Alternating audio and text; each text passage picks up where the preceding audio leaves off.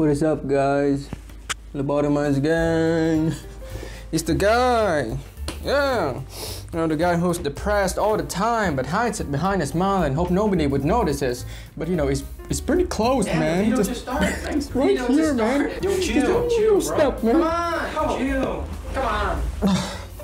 Anyways, I just finished doing my research on the Suicide Squad video.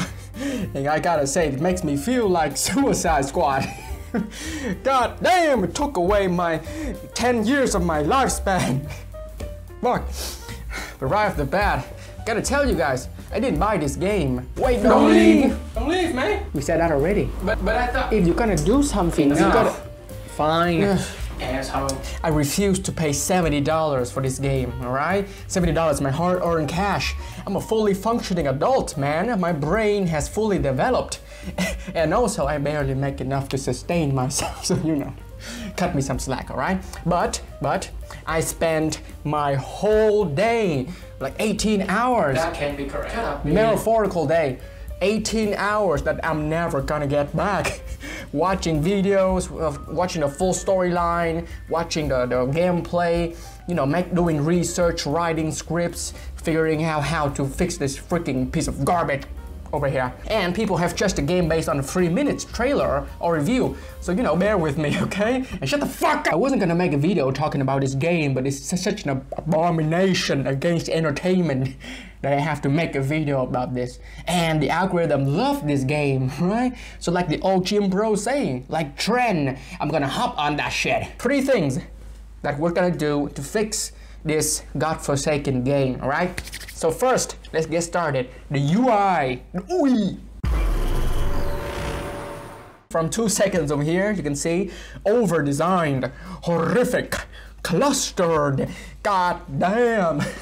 Who the fuck plays this shit? Okay, but you know, let's start off with something positive. I have to give some praise to the devs here. This is what I call truly inclusive UI design. Because whether you're a child, colorblind, or even freaking lobotomized, you can still play this game. You still look at the pretty colors and the giant arrows pointing you in a direction and not have to use your freaking brain. Jesus Christ! Look at this. Ask you guys a question, alright? What's the purpose of the HUD? To convey information. Thank you, alright? And look at this. This is information overload. You know, you see? Okay, let me break it down in case you didn't understand. First, we have the blue shield thing on the sides of the screen here. So what it does is it tells you that the shield is low and needs recharging. But look at this, you have a giant bar on the left side corner of the screen here telling you that you have the shield. So why the fuck do we need the blue thing here? Or, okay, here's how we fix it. Very simple, make it smaller. Right, make it freaking smaller, or you know, make it on the character itself, but make it make it more transparent and less blue, less obtrusive. Right, so that we can actually see the game over here, or use a sound cue like in Halo, right? You know, anything is better than this, guys. Look. What the fuck am I looking at? Or what the fuck am I not looking at, right? What the hell are these freaking numbers over here? If I want a crunch number, I can do my freaking taxes, man. The IRS, they're coming after me, man. They're hunting me down, trying to reach their hand up my ass. You know, I can do my taxes. It's more fun than looking at this. This is a trend that we see in loot box games, right? Live services games. Why do we have this? Because it's designed to target your addiction. Okay? Children easily get addicted to this kind of bullshit, right? They don't understand gameplay mechanics. They understand numbers going higher and higher, bigger and bigger, right? It triggers a dopamine rush in their brain. So this is what I hate about the live services loot box games, right? They're targeting your addiction, man. And you can't get rid of this either because it's designed into the game itself. It's the purpose of this game so you can change it. But we'll talk about that later in the next section. But for now, turn off the numbers. It's freaking ridiculous. You spend more time looking at the numbers than the game itself. They want you to waste your life away grinding the fuck out of this game to make the numbers go up, man. And with this UI design, there's no sense of freaking immersion anywhere. What are you talking about? What immersion? Oh! Yeah, man! Yes, it can be immersive even though you're controlling a shark dude fighting dimensional hopping space aliens. Quick talk about immersion here, right? So what is immersion, right? What makes a game immersive? It's not about the graphics or the photorealism, right? It's not about the fidelity. It's about making you feel like you are not playing a game. Makes you feel like you are not controlling a character. You are the character himself or herself in the game. That's immersion we're talking about. Alright, so let's, for example, look at a game like Dead Space 3, which I made a video about and you should go check out. It flopped pretty fucking hard. You know, but Dead Space, we all know that the HUD geniuses at Visceral Games designed the HUD to be a part of the rig on your body, right? So every time you look at the HUD, Isaac himself is looking at the rig on his suit. So, you know, it makes the game feel it makes the game feels less gamey. You know what I mean? Makes you feel like you're in the game itself, right? What's the word for that? Tangible. Thank you. You see? Another example is Doom Eternal. If you play that, you know the HUD conveys a lot of information.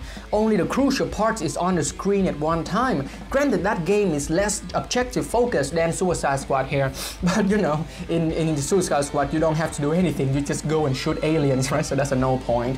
And you can press the journal to read. So don't talk to me about that, right? So the next time when you design your UI, you know, make it less, right? Make it minimal. Remove all of the unnecessary HUD elements. Make it tangible. And this can be changed in a later update. See, the devs can go in there, change the HUD, make it smaller, remove some elements there, and go to the option menu, turn off the floating numbers, alright?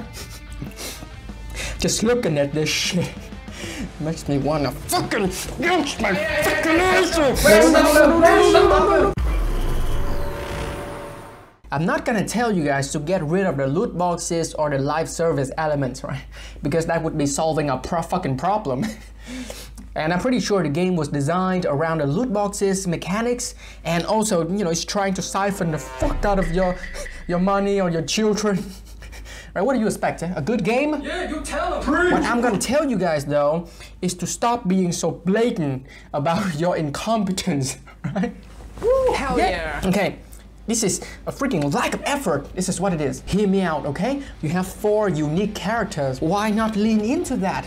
Why not make the loot character specific? You know, what's the point of having 4 different characters with unique skill set and abilities when you can just make all 4 of them gun guys, king shark, freaking giant cleavers? Maybe we do heavy strikes, right? Slow but heavy, high damage, with the ability to throw a cleaver and recall it like the God of War game. And he can be a tank. The harder he hits, the more damage he can take. Builds up an armor, and then he can unleash a crowd control ability. The loot can be different types of cleavers. Second here, Harley Quinn, a baseball bat, and you can give her a revolver. You already have a good baseline over here, which is the Arkham Knight game. The Harley Quinn in that game, right? Quick melee attack, focusing on acrobatic movements, and the revolver can be a high damage execute move, right? It can kill enemies or, you know, deal a lot of damage when you hit a headshot, but it's slow to reload. The faster you move or you hit, the faster she can reload the gun. Wouldn't that be better? The loot can be the baseball bats and the revolver. Next we have Captain Boomerang, right? My least favorite character in this fucking game, but Kingdoms of Amalur Chakram gameplay, right? I'll show you guys here. Look at this. Look! Is it freaking cool, man? Oh my god! It's like crack cocaine! God damn! Mid-range combo focus crowd control character. He's used to manage the distance between the team and the enemies. Oh my god, just copy and paste that. And then lastly we have Deadshot. He's the gun guy, he got the guns. Make him the gun guy. Make him use all kinds of guns, man. Yeah, that would have made the game so much more interesting. So many different play styles, you know? And that's just me, you know, I sat there, right, 10 minutes coming up with these ideas, right? So freaking easy to do. Imagine what you can do with a team, with a bunch of people focusing on this. Instead, we got this, we got gun game.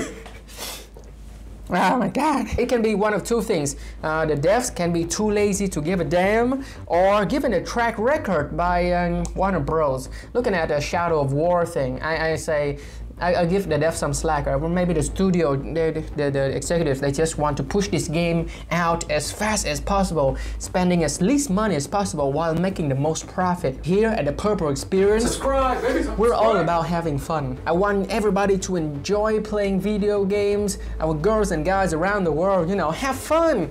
And if you casually enjoy this game, all the power to you, right? You do you, boo. What the fuck? I'm truly going insane. Okay. But you know, it's shit games like this, right? The loot box mechanic live services, that's bringing the gaming industry into a direction that nobody wanted, right? The direction of downhill. Which brings us to the... This is hands down the worst element about this game, right? And I don't even know where to start. You know, well, you can start by liking this video if you enjoy yourself, right? But you know, right off the bat, the whole concept of this game just, you know, kind of fucked. We're just supposed to believe that 4 random criminals can just, you know, go murder the Suicide Squad with guns. But since this is what we have, I'm not gonna change the story itself. I'm gonna change some elements in there, which I believe will make the game better. First things first, get rid of Captain Boomerang, please. Please get rid of him. I'm on my knees begging. He's just the manifestation of cringe. Anytime he's in a cutscene, my eyes just roll all the way to the back of my head and wander towards the cleaver near my desk.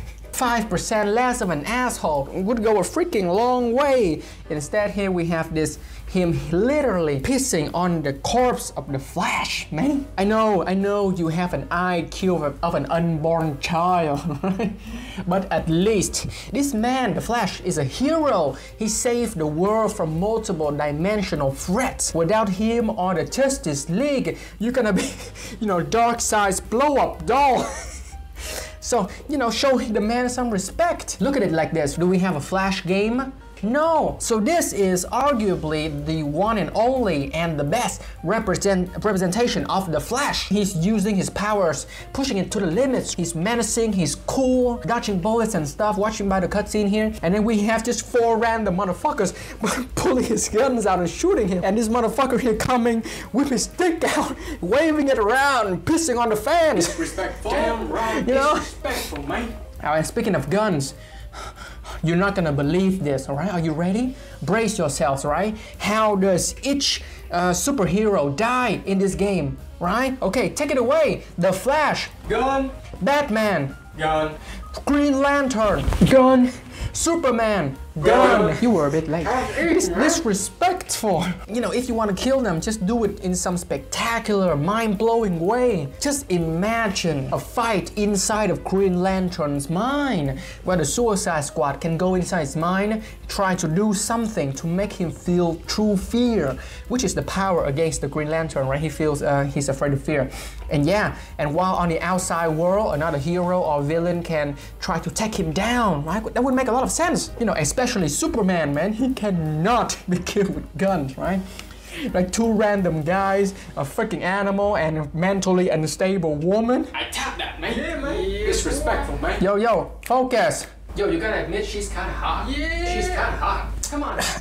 Yeah, I mean, she's attractive. Never mind. Come on. Yeah, where was I? Yeah, Superman, right? He can't be killed with a gun. Hear me out, this can work. Maybe the goal of the Suicide Squad in this game can be breaking the mind control of the other heroes, but they can't do it with Superman. So all of the other heroes has to team up to fight Superman at the end, right? But they can't win. They just only have enough to hold him down while the Suicide Squad infiltrate the palace of Brainiac to kill him. Or better yet, have Batman be the mentor for the squad. That would be genius. We have been with Batman for 4 games, and this is the Arkham universe, so it makes sense that we are with him the whole game. So Batman can help devise a plan to break the mind control in here here. At the end, he will lead the Justice League in an epic fight against Superman. And each one of them can sacrifice their life just enough to buy enough time to hold Superman down. And if you want to kill him off, you can do it like heroic sacrifice, like he knows that he cannot do anything else anymore. So he just sacrificed himself, luring the enemies away for you to kill Brainiac. Or you know, fucking detonate a kryptonite bomb vest. You know, to kill Superman. I don't fucking know. Right, shove a grenade up his ass and hug Brainiac. Anything but fucking good. Another thing, Amanda Waller is a real fucking bitch. I'll torture the fuck out of her. Why are you so violent, man? Yeah, he's right. I tortured the fuck out of her. Yeah, you're telling me that you have 40 villainous, psychopathic, maniac murderers in here, and they're not gonna come up with some plan to get the bombs off their necks? I'll go come up with some method to torture the fuck out of her, right? Break her down mentally and physically. You know, pull her fingernails, break each finger, and eventually pull some teeth out, right? Maybe use the fear toxin, do something, anything. Instead, they just, you know, bend over and let her strap on. Fuck them. So we're officially in the complaining section of the video. Firstly, we're supposed to believe that the fucking shark guy can just put on Green Lantern's ring and has the power without training, without proving himself or anything. I thought the ring was supposed to choose you. You were supposed to be worthy. This just feels like, you know, a convenience for the plot to move along. And I don't believe the Suicide Squad would put the bomb inside of Penguin's neck like in here. I know they're fucking criminals, but you know, imagine how immoral that is. Living a life of enslavement, doing somebody else's bidding, right? Being Amanda Waller's control dog, attack dog. And, you know, willingly subject another human being to that form of mental torture, man. That's freaking immoral, you know? I know that there are criminals in this game, but you want us, you know, to empathize with these guys, right? You want us to like these guys, but you make them so unlikable and cringy and immoral. How are we supposed to like them? I'm exhausted. I need a break. Well, you guys go check out my other videos where I talk about games with development hell process, right? We sincerely thank you for watching. Stay tuned to witness my gradual descent into insanity. See you guys in your sleep.